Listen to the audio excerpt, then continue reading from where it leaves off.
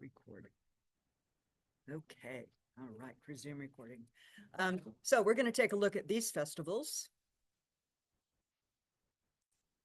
Here we go.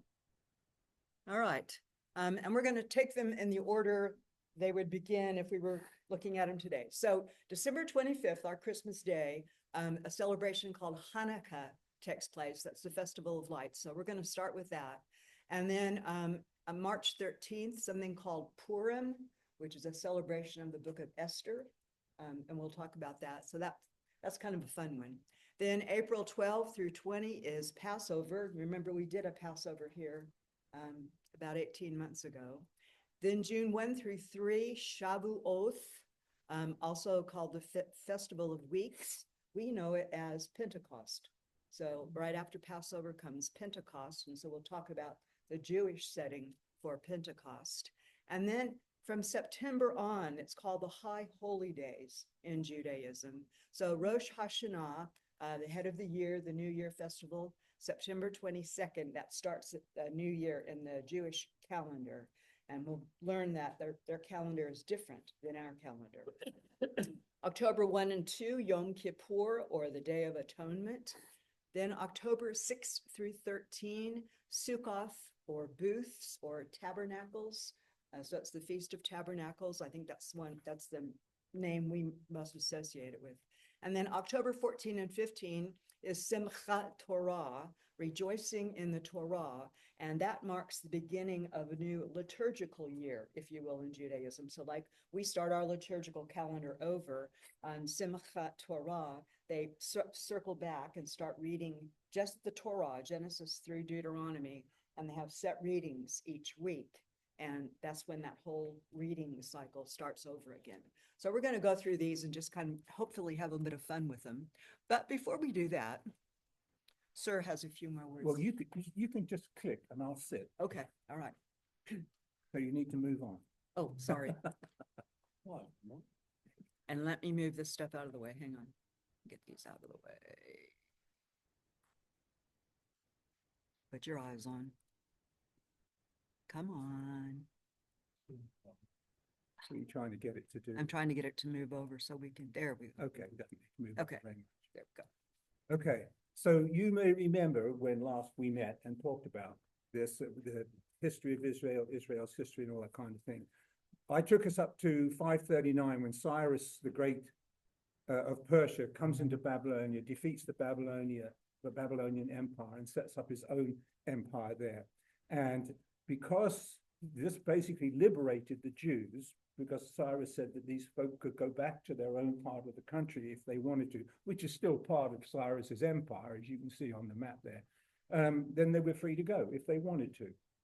And because they were basically freed, they figured that that was because they had become faithful to the law again, the covenant made with God, and so they hailed Cyrus as Messiah, and they all get to go home. And this the Jews did, some of the Jews, only about 16%, because once you and your family have lived in a place for 50 years odd, when someone says go home, you kind of look around and say, well, we're there, right? But some of the ultra faithful did decide to return to Jerusalem under a guy called Zerubbabel, who's significant only because he's actually a descendant of the house of David. And so that fits in with the promise that there'd always be a king of the house of David on the throne of Israel. And then a little later on, another group go back under a pair of guys called Ezra and Nehemiah, who have their own books. So we don't have a book of Zerubbabel in the Old Testament, but we do have a book of Ezra and Nehemiah. Click it for me, please. And then everything is relatively peaceful and everyone's happy until about 200 years later, in 333, Alexander the Great comes across from Greece and Thrace and defeats the Persians and introduced the Hellenization or the Greeking of his empire. So everything turns into Greek, and it's Greek rule and Greek language and Greek politics and everything. Click it again, please, dear. And you probably have to click it again to make it do its thing. After Alexander died in 323 BCE, his empire ended up being divided between his generals. And these two guys should be bringing the name. No, you went the wrong way. Hang on.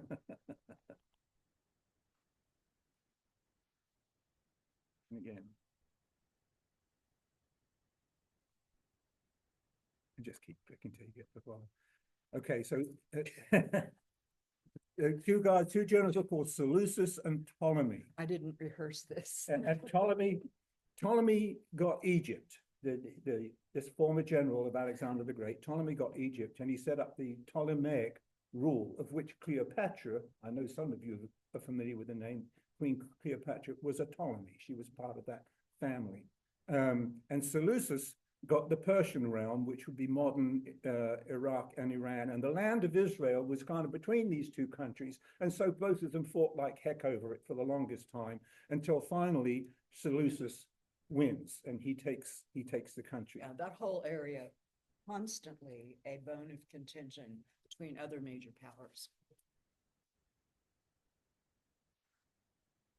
And in the beginning, the Jews were allowed to remain un-Hellenized, because remember, they're speaking Aramaic would be their language at the time, and their religious language is Hebrew, always Hebrew. And then till a descendant comes along about 100 odd years later. His name is Antiochus Epiphanes, and the name means Antiochus, the manifestation of God. So he had a high opinion of himself, okay? And Antiochus did not like the idea that these Jewish people were speaking a different language and living separate from the rest of society. They were not Hellenized, and so he decided he was going to persuade them to become Hellenized. And he did all kinds of nasty things. He had pigs sacrificed on the altar. He had the Holy of Holies in the temple was desecrated. Circumcision was banned. Yeah, I mean, he was just a nasty piece of work.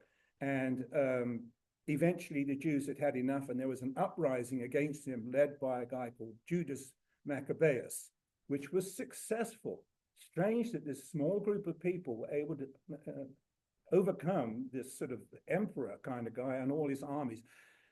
And of course, the Jews put this down to a miracle, and they say it's because they had once again become faithful to the Torah and on and on. And of course, the fact that Antiochus was in control meant that they had broken the covenant. So they worked hard at getting it back.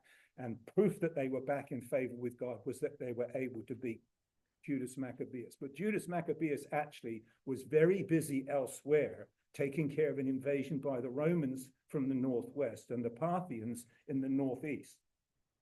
And so the real reason that the Jews were allowed to sort of go their own way is because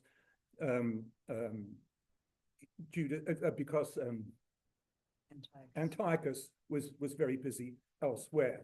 But as a result, the Jews became self-governing for 100 years until, of course, Rome comes along on 63 BCE. And of course, the reason the Jews give for being overtaken by Rome is, once again, they had done what? Broken the covenant, right? Broken the covenant. Click.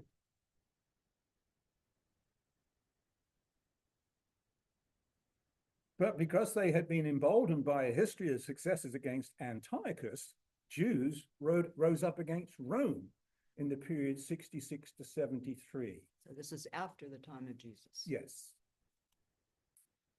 But the uprising was brutally put down and the temple was destroyed. The Jews tried again up against Rome in 132 to 135 in something called the Bar Kokhba revolt. And this time it was even more brutally suppressed.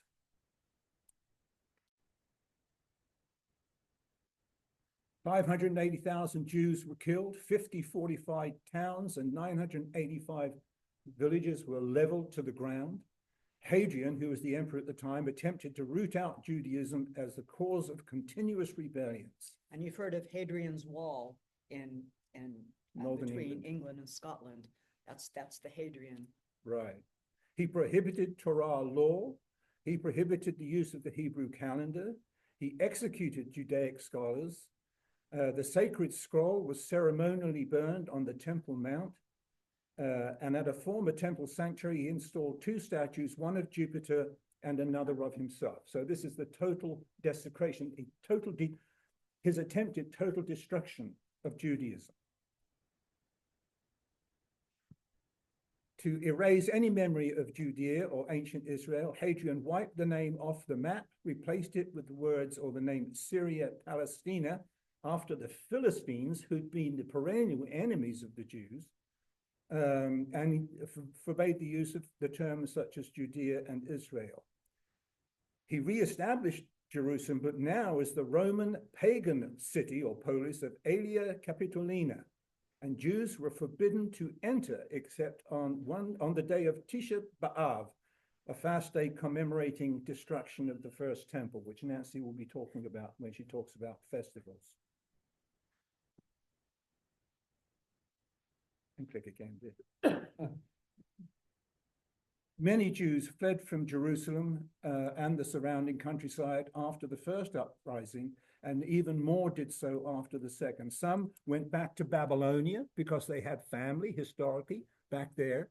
Some went to Eastern Europe. They became known as they are today as the Ashkenazi Jews. Some went to Spain and they became known as the Sephardim. Click it again, there's just one more. And you can see by the green arrows there, they actually sort of went all over Europe, anywhere except to be in Judea or Palestine, because the chances of survival there were not great. Their presence in these different countries, they were not welcome. So they set up ghetto areas, which is communities that's just Jews. And in some of the places where they were set up, the city set up gates to those ghettos, and the Jews were only allowed to come out during daylight hours, and then the rest of the time they had to be back in their walled city. And that's where we get the term, when we talk about ghetto, we often think of sort of rundown housing and that sort of thing, but that's where we get the term from.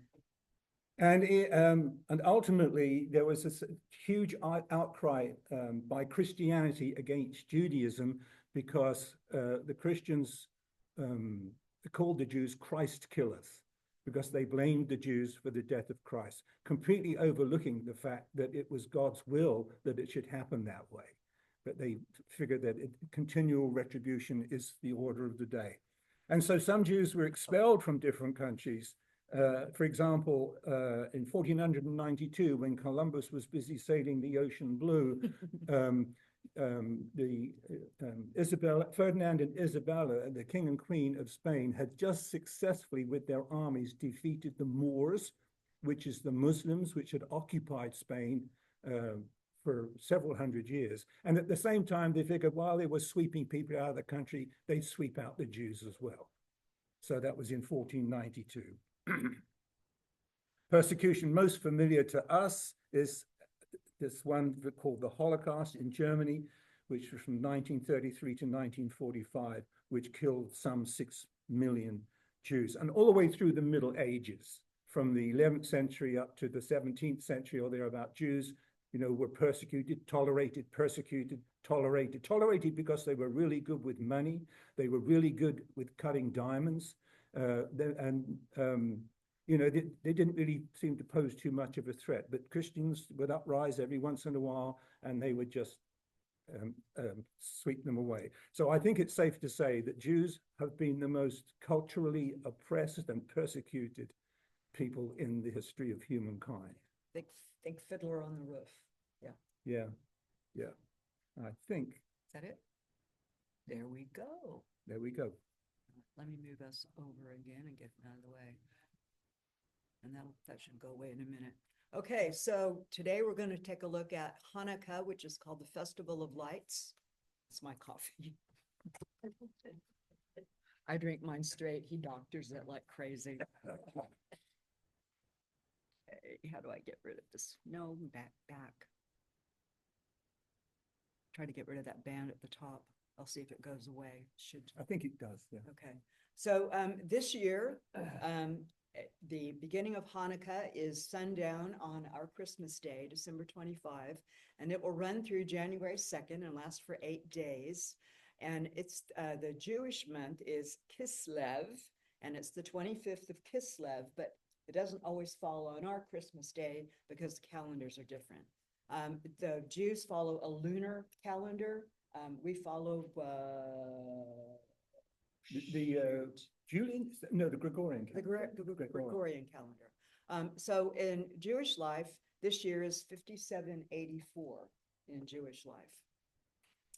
So Hanukkah celebrates the fact that the Jewish people reclaimed the temple from the Greeks in the 2nd century BCE, and that's part of what Steve was just talking about. They went back and forth.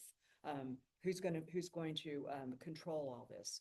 It had been given over to pagan god altars, so they proceeded to clean it up and then rededicate the temple. So the temple had gone into shambles again. So here we are in the 2nd century BCE, and we're rededicating the temple. But there was only 1 day's worth of oil to light their lamps in the temple. And somehow, miraculously, the oil lasted for 8 days. So Hanukkah, the Festival of Lights, I have a little one. It's called a menorah. Yeah, there's the menorah here. And so what you do is you light 1 candle each day. This holder here would hold the candle that lights each of the candles. So each of the 8 days. More than likely, this is what they had, or bigger versions of it in the temple. So they had enough oil for 1 day's worth in this I think a larger lamp like that. But miraculously, that oil lasted for 8 days. So that's what Hanukkah celebrates, the fact that they had enough oil to clean up and rededicate, redecorate the temple. So the Festival of Lights. There are some traditions that go with this, some traditional foods. Just as we do on our various holidays, there are traditional foods associated with it. And potato pancakes, sour cream, and applesauce. Sounds pretty good to me. But those are sort of the traditional foods that are eaten on Hanukkah. And they have a little game called dreidel that they play. The chocolate coins, have you ever done those at Christmas? The little chocolate coins on the trees? Steve's mother always had those on the tree in England. Everyone would get, say, a certain amount of these chocolate, and it's called gelt, which is the Yiddish word for money. Chocolate gelt. And by the way, Yiddish, have you all heard of Yiddish? It's a mixture of German and Hebrew, sort of all melded together. So anyway, folks get these, and I was going to get some chocolate gelds, and I didn't do that. And so you spin the dreidel, and it's got 4 Hebrew characters on it. And depending on which character lands, so you did a good job of this last night at home. Anyway, you spin it. And so this came up on that Hebrew letter, which is called Sheen. And that means, and I've got the rules written down here, you either have to put a gelt into the pot, or you get to take a gelt from the pot, or you get the whole pot. And so you just keep taking turns spinning this, and it's like almost like gambling money, yeah. And the game ends when one person has all of the gelt. So this is a favorite game to play on Hanukkah. Can you imagine have kids playing that, and one kid alone ending up with all the candy? No one talks to him or her for the next year, right? So Hanukkah. And a tradition developed for Hanukkah of gift giving, but that's really a later development within Judaism, sort of a melding together, if you will, of our Christmas traditions with their traditional Hanukkah celebrations. And I'd just like to point out here real quick too, when we talked about Hinduism as being a religion that never found a religion that it couldn't incorporate some way or other. In the last decade or so, Christmas trees have become very much a part of Hindu tradition in some part of India, and they do decorate the tree and they put lights on the trees, but they decorate the trees with Indian tokens, Indian motifs, little images of the gods of Hinduism and so on. But the Christmas tree is kind of, with lights on it, has kind of taken over in some areas of India. Religions do that. There's a huge mosque in, and I can't remember the name of it, in Turkey, that was once a huge Christian church. And when the Muslims came in, instead of knocking the church down, they made it into a mosque. There's a huge Christian church in Cordoba in Spain, yeah. which used to be a mosque Yeah. and is now a Christian church. So you walk inside and it's got all the pillars like a Muslim mosque, but at the end there's a high altar and Christian motifs and statues. Beautiful, And all that kind of absolutely stuff. gorgeous, yeah. And the same thing happens in Mexico when the Spanish went across and they found the temples, the Aztec temples that they were there. They took the top levels off and then built churches on them. So sacred places, once a sacred place always seems to be a sacred place. So you have Tradition, these melding tradition. of traditions, yeah, Yeah. yeah. So questions about Hanukkah? When did it start? This would be It's a sort of a developing tradition. yeah, Hanukkah is not mentioned at all in the Old Testament because this tradition or the story of the temple and all of that would have taken place after the Old Testament was already formed. So this is a later tradition. I read somewhere, did Jesus celebrate Hanukkah? And that's entirely possible, yes, that's Jesus in that era, because it would be about a couple of 100 years after the time of this rebuilding or rededication, if you will, of the temple. So yeah, so it's a more recent phenomenon than some of the more ancient traditions. I was just curious because I know you said some of it was like cross-cultural, and I know like at work we've got a large Indian contingent that works in Okay. our IT department. So we've been having Diwali celebrations Yep. the last Festival of several Light, years, and also a Festival of Light. Festival of as well, Lights, so yeah. I didn't know if that was kind of some I don't know if there's any, cross-cultural connection. connections there or what. I think there's just something about lights, that sort of There bringing, could be a distant connection because when you think about Yeah. Zoroastrianism, and they had a light Yeah. festival, Yeah. and Zoroastrianism previously was the religion of it emerged on the Iranian plateau, and then it moved both directions. Westward became Zoroastrianism, eastward became Hinduism. So who knows how far back some of these These things traditions, go, yeah. these traditions go. and the whole thing of lights. I mean, we have candles in the sanctuary during the worship services, and so this whole idea of light, I think has. Well, in the early churches were very dim and dark places because no one had figured out how you could put a big window in a building, because it weakened the building. And you've probably just heard that the huge church in Paris that's just Notre Dame. Notre Dame. It's got flying buttresses, and this was a much later invention, but the whole idea of those flying buttresses which come off the side of the building is to stop the building's walls from bowing out and collapsing. And so then they could put those huge, beautiful stained glass windows in, but before that, it was narrow slits, and you didn't really have a proper way to keep the place warm either, so you hung rugs and decorations over those things to keep the place warm. And so light became very important. Candlelight of some kind became very important in those buildings because it shone light on what you were doing. All right, other questions about Hanukkah? On to the really fun one. Purim. I wish I could get rid of that. Purim, also called lots, because pur is the Hebrew word for lot, okay?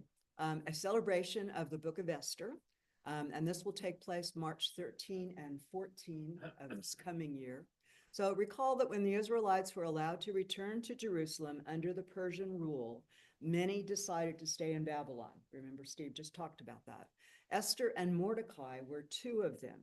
They lived in Babylon, where the Persian king Ahasuerus, not a very nice king, ruled. And that's the setting for the Book of Esther. If it's been a while since you read Esther, go back and have a read of it. It's kind of interesting.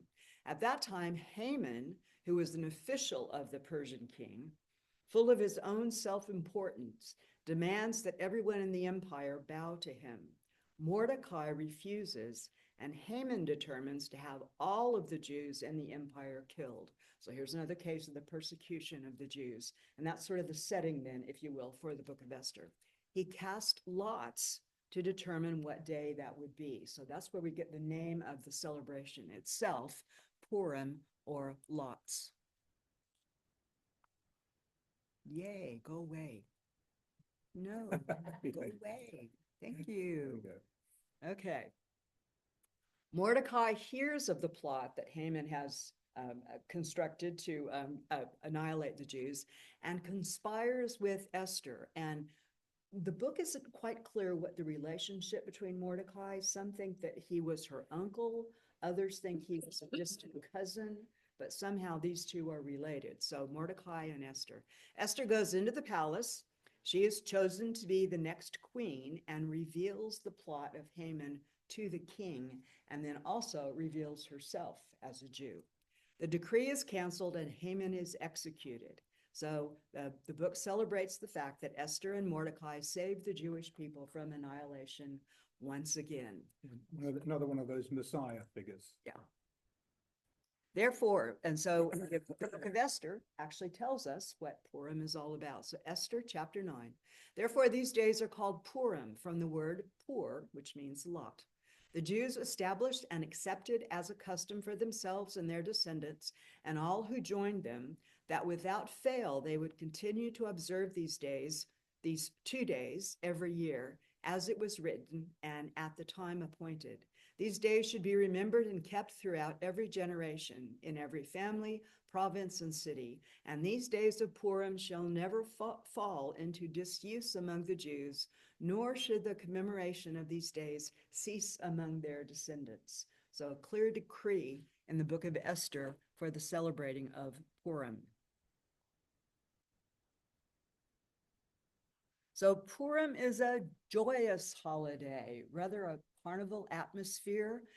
This is a celebration of a Purim parade in Chicago at some point. People dress in costumes, and the reason they dress in costumes is that when Esther went into King Ahasuerus's court, she disguised herself so that she didn't come across as a Jew. She blended in with the people, so she wore basically a costume. So people now for Purim dress up. So think our Halloween. That's kind of what Purim is. There are several elements to Purim. First of all, which I think is the most fun, the book of Esther is read, and that's a beautiful scroll of the book of Esther.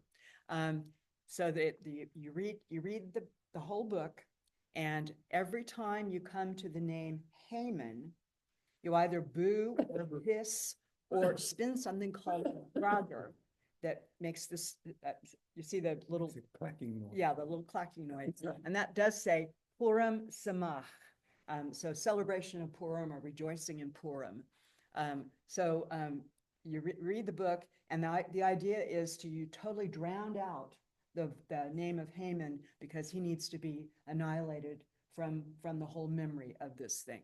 So It's that's interesting, how do you say it? Gregor. Fraser? Yeah. Gregor. Something very much like that was very popular in England when you were a football, that would be a soccer for you guys, a soccer supporter.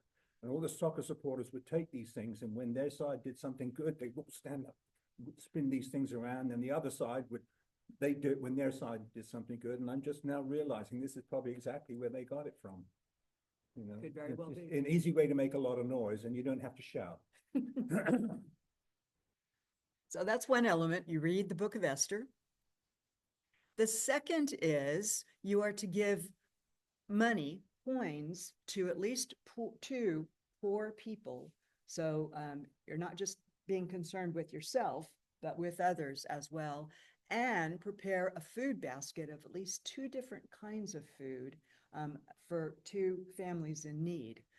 So giving to the poor and giving to the needy. And that basket looks pretty good. I could eat some of that stuff. Yeah. So food and money for the poor. And then third, my favorite part,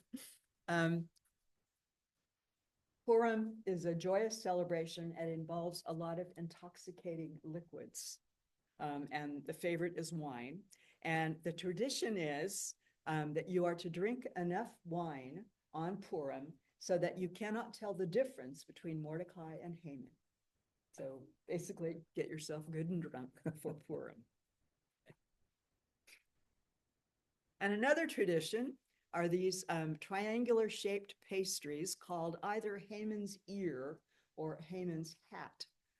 So this is the traditional, a traditional food that's eaten at Purim. So this March 13 and 14, if you're ever around a Jewish population, be on the lookout for a raucous celebration. So questions about Purim? Interesting thing about the book of Esther is that, first of all, that's the first book I've learned any Hebrew. Hebrew, that's how I learned Hebrew, yeah. And interesting, God is never named. God is never named. It's all about the Jewish people, not the Jewish God. Yeah. And yet it's in the Bible. And did you know also that the Song of Solomon or Song of Songs, God is never mentioned in that. So those two books, we don't ever see the name of God in those books, which is really interesting. It's tradition. It's tradition. By golly, Yes. this is what we traditionally believe. This is the traditional story. We won't mess with it. Exactly, exactly. So I should have made some Haman's ears for the cookie exchange. All right. Any questions about Purim? Okay, now one I'm sure we're more familiar with, Passover, also called Pesach, and that's the Hebrew word for passing over, or the Hebrew verb. And this will happen this year, April 12 through April 20. If you recall, when we celebrated it here, it coincided with Easter. And again, because of the difference in the Jewish calendar, sometimes it coincides, sometimes it doesn't. So this coming year, it'll be April 12 through 20. And you recall that it is a celebration of the Jewish escape from Egypt. So that we see that in Exodus chapters 11 and 12. Under the leadership of Moses, the Israelites escaped from slavery in Egypt. The 10 plagues finally convinced the Pharaoh to let the people go. So they prepare and depart in haste. But first, they celebrate their deliverance with the Passover meal. And I was going to bring my Passover plate, but it's this big old thing, and I wasn't sure what space we had to deal with. So let me go over the elements here, and I'll look at my notes so I don't forget anything. So for Passover, there's always a special plate that they're more symbolic elements than anything are kept on. At the top there, and we're going to work at 12 o'clock and work our way around. First of all, the maror, which is the bitter herb. And it's usually ground horseradish. And if you recall, for our Seder, we didn't use horseradish, we used something else, but we'll get there. Then the bone, and it's traditionally a shank bone of a lamb, but often now a chicken leg or a chicken neck or a turkey leg or something if you can't get the shank bone of a lamb.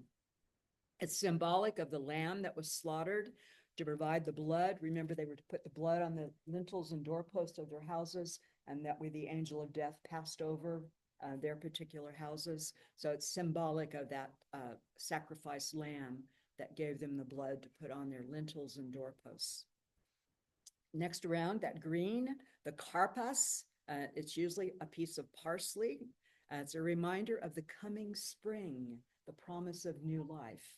So kind of a combination here. It's a spring festival, but it's also celebrating the escape from Egypt. So this intertwining, if you will, of various things. Next, we have the chasareth, there at the very bottom. This is the stem of romaine lettuce. And if you eat romaine lettuce like we do, the stem can be just a bit bitter. Eaten with the maror, the bitter herb at the top, the horseradish, to remind people of their bitter enslavement in Egypt. And then around there at about 7, 8 o'clock, we have the chereseth. It's a reminder of the mortar. And if you remember, we used applesauce with nuts ground up in it.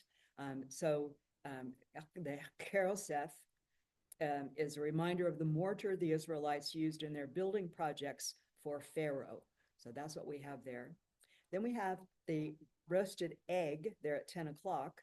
And there are various explanations for the egg, but at Easter, we dye eggs. So again, this intertwining of traditions, symbol of new life, symbol of fertility. Why the egg on the plate there? The top left there, that's salt water. And when you eat the parsley, which is there at 5 o'clock, you dip it. Remember, it's the promise of the coming spring, but you dip it in the salt water to symbolize the tears of the Israelites from their oppression in slavery.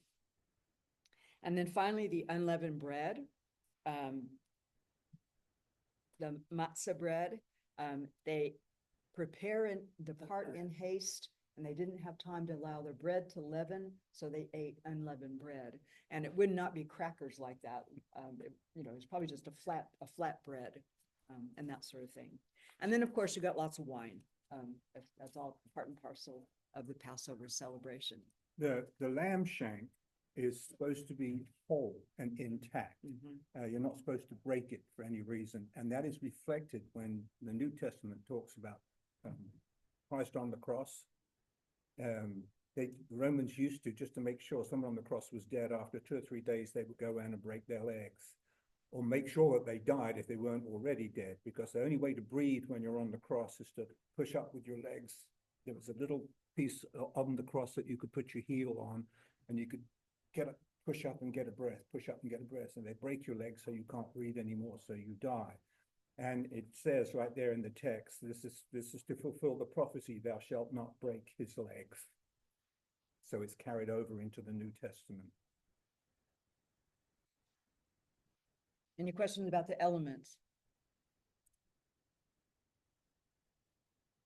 Okay, again, Passover, in Hebrew it's Pesach, and we call the meal a Passover Seder. And Seder is simply the Hebrew word for order, because a Passover celebration has certain elements, and some traditions it's 14, some it's 19. The one we used when we did it here had 17 elements, and I'm looking at the clock here. 17 elements. So, and they have to be in a particular order. So that's where we get the name Seder from. So there is a liturgy with scripture readings and traditional, Yes, the scripture and traditional recitations. Then the questions asked by the youngest member at the family gathering. One of the questions would be, why is this night different from all others? Why on this night do we recline at table and other nights we sit up? Why on this night do we eat the bitter herbs? So you get supposedly the youngest child at the family Seder table would ask these questions. Of course, then we've got the elements and the words that accompany the partaking, and the elements for which we just saw on the Seder plate. You have the wine. The prophet Elijah is invited to join the celebration. And at the very end, and the reason for that is Elijah was seen as the kind of the prophet precursor to